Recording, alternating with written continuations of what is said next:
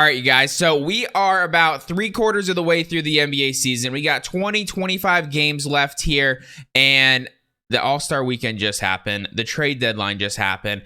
Lots of crazy things happening in the NBA. This might be the most competitive NBA season we've ever seen, specifically on the West. The East is a kind of a 2 to 3 man race right now, but we have some really, really good basketball being played.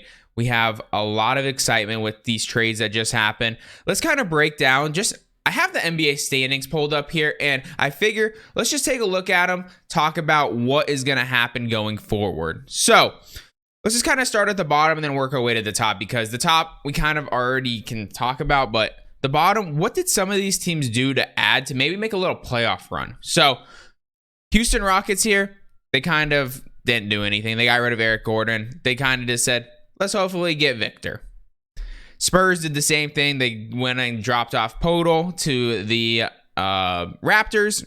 Nothing too exciting with them. Pistons made some trades to acquire some picks. They're trying to get deeper because they do have some good young talent, specifically like Jaden Ivey. Cade's hurt for the year, so they kind of said, maybe we can get Victor as well. The Hornets, this is a team that is still underperforming. Like, they have a lot of talent. They have PJ Washington. They have Terry Rozier, LaMelo Ball, obviously. Like, they have some solid pieces. They got rid of Mason Plumlee. And I do think that they're moving in the right direction. I just don't know how their coach keeps his job. We're going to leave it at that. Next, we have the Orlando Magic. Probably one of the most talented young teams in the league. Markelle Fultz is having a great year, a former number 1 pick that had the yips. He's figured it out. He's looking really good. Wendell Carter's looking great. This team, if they can get hot, obviously we're not even talking about Paulo Banchero either, who's going to win Rookie of the Year. He's fantastic. But this team, they can beat anyone on any given night. It's just they're streaky. They're young. Like, give them like 2 years, maybe even next year they'll make a little noise, but like 2 years, this team is scary, like really scary.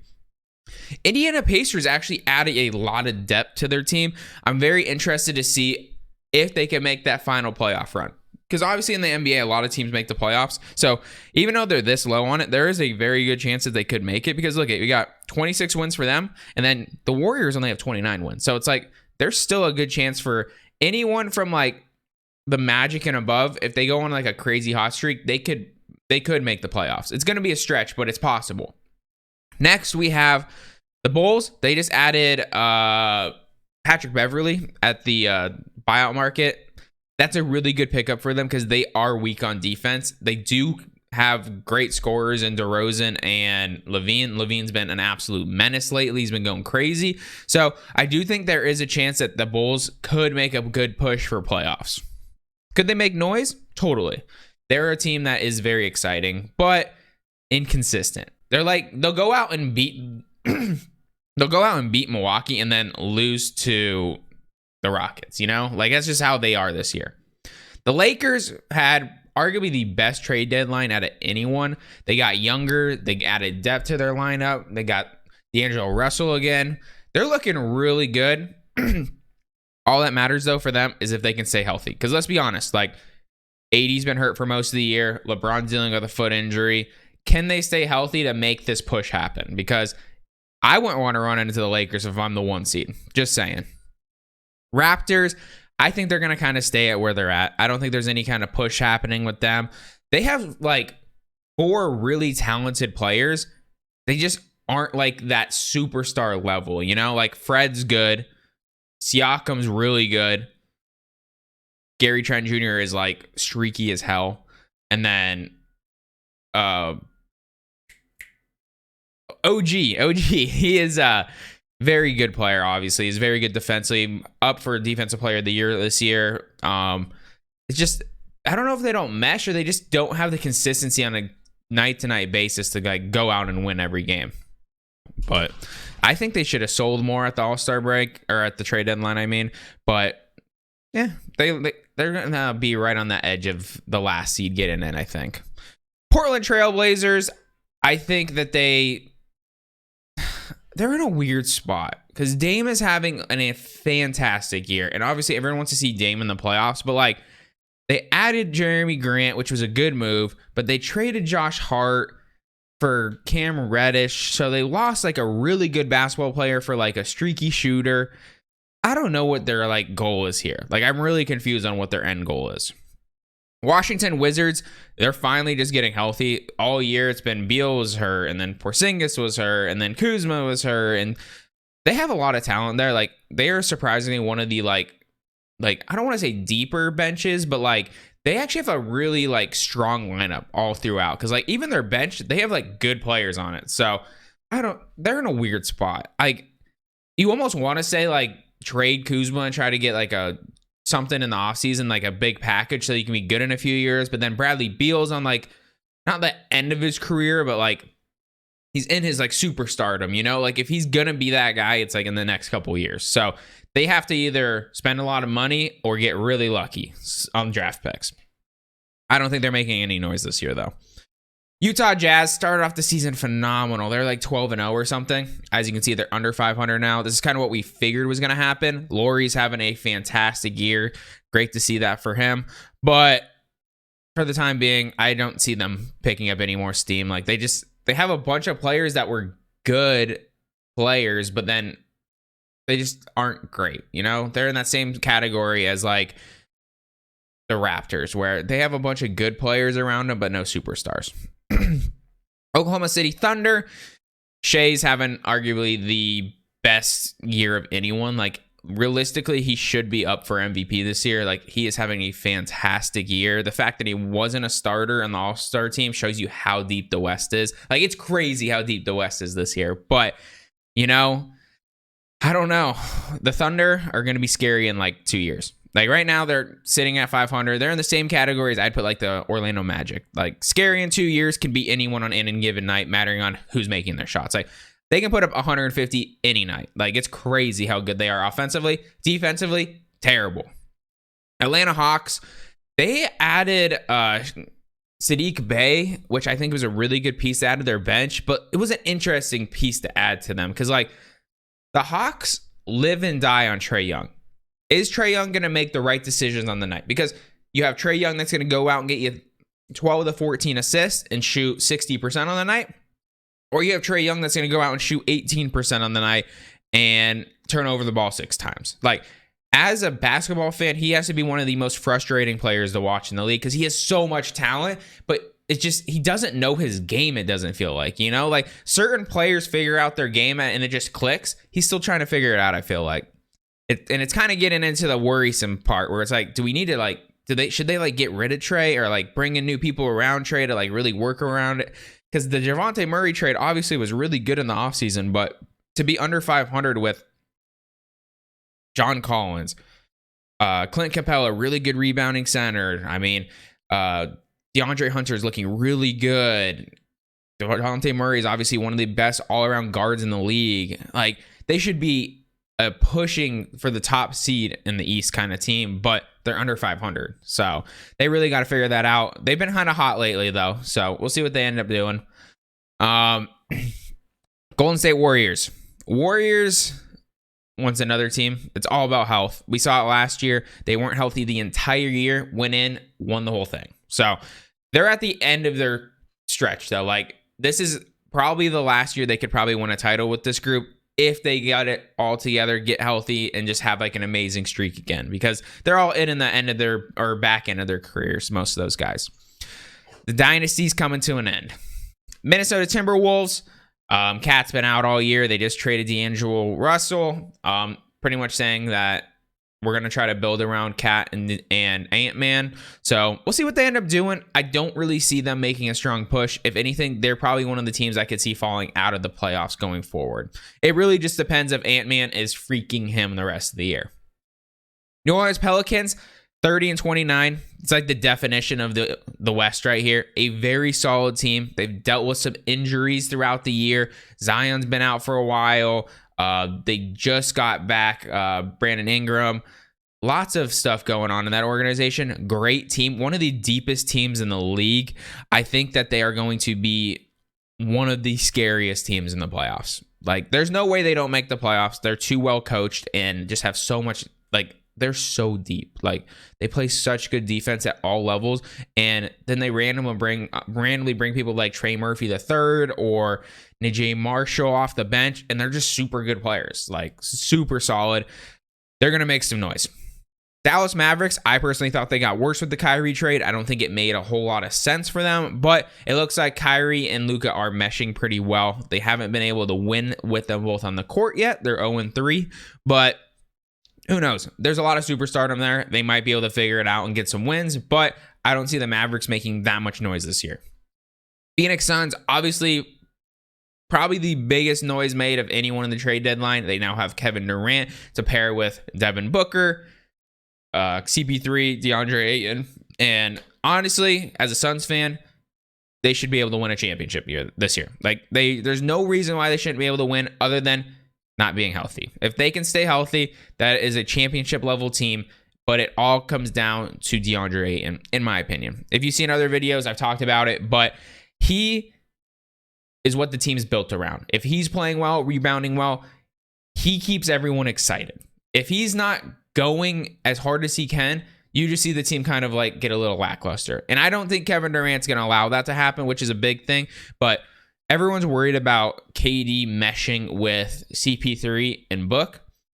They're all ballers. They're going to figure it out. They love ball. Like, they're just here to have a good time and just win some games. So, Suns, win or bust, in my opinion. I think that it's going to be a tough run, though. Like, we're getting into it right now, but like, this West is crazy. Then we have the Clippers, another team. They just signed Russell Westbrook. They're saying that he's going to be their starting point guard, it sounds like. We've seen PG and Russ play together in OKC. They played really well together. Kawhi's having a fantastic year since he came back and getting full minutes again. Paul George, in my opinion, is one of the most underrated basketball players of the last 10 years. Like, he is just so good on all sides of the court. I think I heard during the All-Star game that the Clippers are minus 140 something or plus 140 something when he's on the court, minus 130 something when he's off the court. Like, he is a huge playmaker for them, and he just kind of goes under the rug because he always is with someone else, or like during the LeBron era when he was with the Pacers, it was impossible to beat him. Like, he's just such a good basketball player. Miami Heat, very interesting organization. I thought for sure they were going to try to make a move because, like, they're at a time where, like, obviously going forward, like, Bam is one of the top young centers in the league. He's looking great, but Jimmy Butler is kind of hitting that like 33, 34 years in his career. So he's kind of towards that end. Kyle Lowry's been injured a lot. Like, they have a lot of young talent coming off the bench and like starters like Tyler Hero and stuff like that. But I just, like, they're in a weird spot. Like, they needed to either add something or try to sell someone off. Because right now, I don't see them having any chance to beat one of the top 3 teams in the league. So they're solid, though. Like, Jimmy Butler, we saw in the playoffs, can go off and really make some series close, but it's hard to do that every game. New York Knicks honestly look really good. Just going to be coming down to, like, can the young guys like RJ Barrett play good enough defense and be consistent? Because there's just nights where RJ will go out and score 8 points. But then there's other nights where he goes out and gets his typical pretty close to 20 points a game. So if they can be consistent, Jalen Brunson is definitely going to win like most improved player this year. Like, he is fantastic. Like, the fact that he was not an all-star is just stupid. Like, so good. And Julius Randle's having a fantastic year. Added the 3-point game to his game. Looking really good.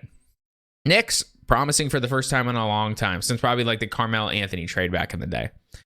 Sacramento Kings, I think they need another year or two. They need to find a new spot for Harrison Barnes. They didn't really add anything at the trade deadline. They're like the 3rd or 4th seed right now in the West, but they're really solid. They are a very, very, very solid team. Sabonis, playing through him, has been so good for De'Aaron Fox. 2 studs for sure. Going to be a scary team in the next couple of years, but I don't think this year there's anything to worry about. They're really young, and then they need to like upgrade some roles. Like I said, Harrison Barnes, like, good player, but kind of hitting the back end of his career. Mixing young with old's good, but I don't think there's enough like to push them over the edge just yet. Great start for Mike Brown's coaching career there, though. Next, we have the Brooklyn Nets. Low-key, Scariest team on this whole thing. Like, they traded for some great defensive players that can just get it done. Like, very good defensive players that they like have a bunch of players that everyone wants on their team. Like Mikal Bridges, everyone wants because like he plays great defense and can go out and get you 20. You have Spencer Dinwiddie, can go out and get you 20. You have Dorian Finney-Smith, great wing defender. Ben Simmons, great defender of pretty much any position. And then really good ball distributor. Like, and he's coming off the bench for them now. So there's a lot of good pieces in Brooklyn. Like, I know they got rid of KD and Kyrie, but like, watch out for those Nets. Like, very, very scary.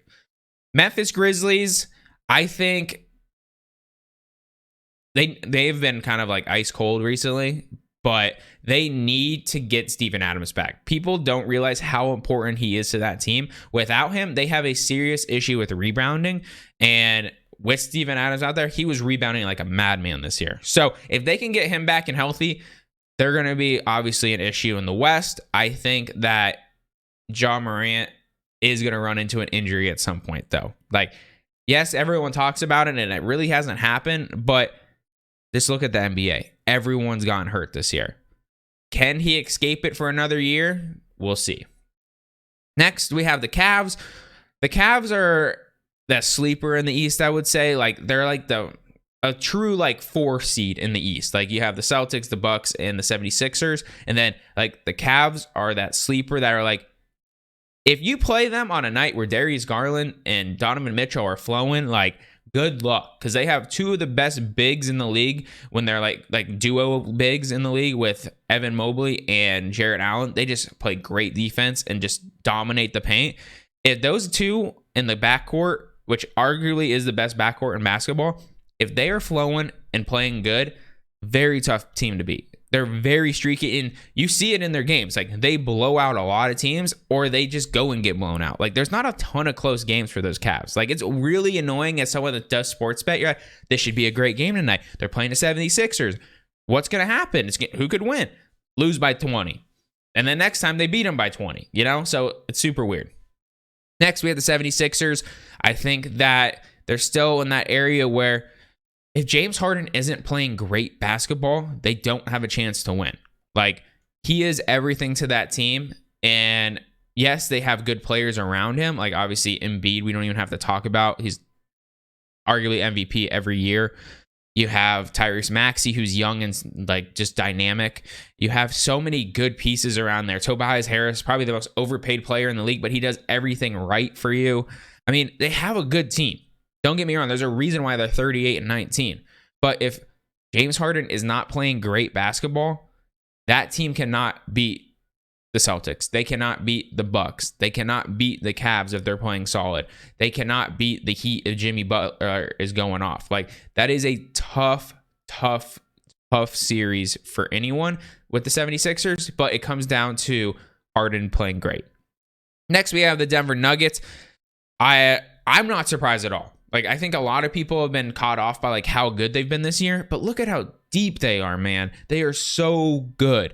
Like, Aaron Gordon, probably one of the most athletic players in the league. You have Jokic, going to be MVP again, most likely. Like, he's just playing better every year. It's crazy. You didn't think it's possible. And then you get Jamal Murray back, which I think a lot of people forgot how good Jamal Murray can be. Whenever I think about Jamal Murray, I think of that series in the playoffs where it was him versus Spider, and they both averaged like 40 for the whole series. Like, if he comes out and does that kind of stuff, Denver Nuggets will win the West. Like, it's going to be scary. It's going to be a dogfight. Whoever comes out of the West this year is going to be just broken down and beaten to the ground, because there's going to be some deep series in that. If there's any series in the West that go like shorter than 5 games, like if there's a sweep in the West, I will be amazed. Unless somehow like the Clippers or the Suns just like come out with these trades and just dominate teams. Like, I see a lot of 6-7 game series in the West. It's going to be amazing to watch, but heart-wrenching for a Suns fan. Next, we have the Milwaukee Bucks. Giannis, he just got hurt with his hand. It was a pretty ugly fall, but they did come back and say yesterday that the x-rays did come back pretty good. So Giannis is looking like he's going to be healthy for the playoffs. I'm interested to see what they do, because like Yes, they are good. Yes, they have a championship team, but Chris Middleton still isn't Chris Middleton yet. And we've seen in the past, like when he isn't him, they aren't like that good. Adding Jay Crowder is super underrated in my opinion. He does everything right for a team. He's a 3-and-D guy. So if he's hot, he can definitely help the team out. But it all comes down to Giannis's hand and Chris Middleton getting back to him. If they can figure that out by the end of the year, they'll probably win another championship or close to. Boston Celtics, we've seen it. We don't even really have to talk about it. I feel like they are one of the best young, talented teams in the league. They went to the finals, obviously, last year. I don't think they really added too much at the trade deadline or got rid of much of the trade deadline that's going to really push them to that next level. But they added that center, Muscala, from the Thunder, who's a good shooting big, which it makes sense because they do like to have like Al Horford shoot threes and stuff like that. So he flows really good in that system. But do I think that they are going to be better because of it? No, not really. It really just comes down to, can Jason Tatum and Jaylen Brown carry that team to the promised land? It's really what it is, because they play good defense. But if one of those two guys do not get, like, they both need to get 25 a night for that team to like be that team. You know, if they're going to be the number one seed in the entire league, Jaylen Brown, Jason Tatum, you have to be him. So that's it, guys. I am so excited for this. Like the second half, or I mean, it's not the second half because they do the trade or the All-Star break so late, but such a good season so far. I cannot wait to see how this plays out. It's going to be insane. Like I can't even talk about it enough, because who's going to win? Like I can't tell you who's going to win the East, and I can't tell you who's going to win the West. When's the last time at the trade deadline we saw like 12 teams say they can win? Like there was at least 12 to 14 teams making trades being like, we can win. Like I don't think that's ever happened in the NBA. So I hope you guys are excited as me. Have a great rest of your day. I'll catch you guys later. If you guys are new here, drop a like on the video, subscribe to the channel, and I'll catch you guys later. Peace.